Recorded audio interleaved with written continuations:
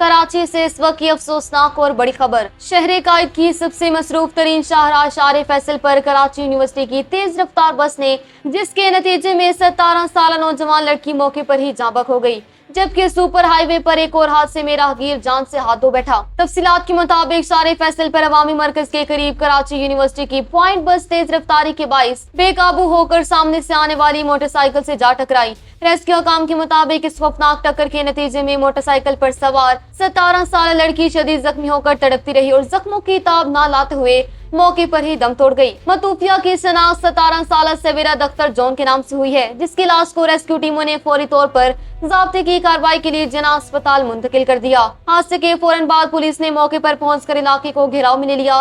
Police Hakam के मुताबिक हादसे के जिम्मेदार ड्राइवर को गिरफ्तार कर लिया गया, जबकि कराची यूनिवर्सिटी की पॉइंट बस को तहवील में लेकर मुतल्लिका थाने मुंतकिल कर दिया गया है, जहां ड्राइवर के खिलाफ गफलत और तेज रफ्तारी की दफात के तहत कानूनी कार्रवाई की जा रही है। दूसरी जानिब कराची में ही सुपर हाईवे पर बुराक पंप के करीब एक और तेज रफ्तार नामालूम गाड़ी ने सड़क अबूर करने वाले राहगीर को कुचल दिया। रेस्क्यू काम के मुताबिक गाड़ी की जोरदार टक्कर से 40 साल शख्स मौके पर ही जाँ बहक हो गया, जिसकी लाश को भी अस्पताल मुंतकिल कर दिया गया। मतूफी की फौरी तौर पर शनाख्त नहीं हो सकी और पुलिस हादसे के बाद फरार होने वाली नामालूम गाड़ी और ड्राइवर की तलाश कर रही है।